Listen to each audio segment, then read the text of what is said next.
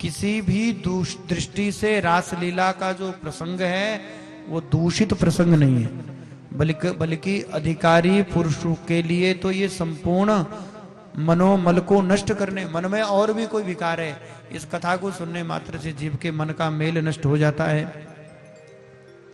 रासलीला के अंत में कहा गया है कि जो पुरुष श्रद्धा भक्ति पूर्वक रासलीला का श्रवण और उसका वर्णन करता है, उनके हृदय का रोग काम आदि शीघ्र नष्ट हो जाता है, उसे भगवान का प्रेम प्राप्त हो जाता है। भागवत में अनेक स्थानों पर ऐसा वर्णन आता है कि जो भगवान की माया का वर्णन करता है वो माया से परे पार हो जाता है, जो भगवान के कामजय का वर्णन करता है वो काम पर विजय प्राप्त कर लेता है। राजा परीक्षित ने अपने प्रश्नों में जो शंकाएं की है उनका उत्तर प्रश्न के अनुरूप अध्याय 29वें के 13वें से 16वें श्लोक तक और 33वें से 30 और 30 से लेकर 38 श्लोक तक सुखदेव जी ने सबका उत्तर दिया है।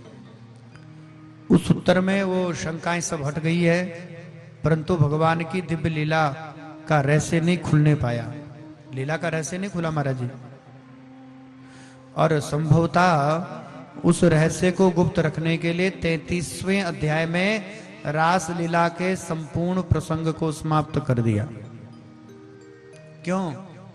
क्योंकि वस्तुतः इस लीला के गूढ़ रहस्य की प्राकृतिक जगत में व्यवस्था की भी नहीं जा सकती, क्योंकि इस जगत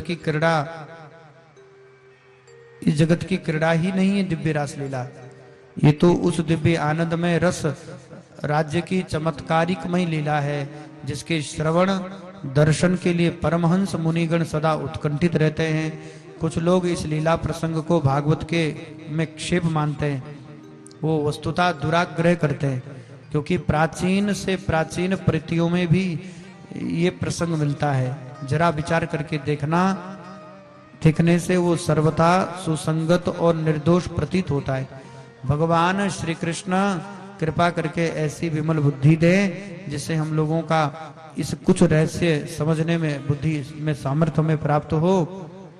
भगवान के इस दिव्य लीला वर्णन का ये प्रयोजन है कि जीव गोपियों के उस अहतुकी प्रेम का जो श्री कृष्ण को ही सुख पहुंचाने के लिए था सुमिरण करें और उसके द्वारा भगवान की रसमयी दिव्य लीला लोक में भगवान के अनंत प्रेम का अनुभव करें।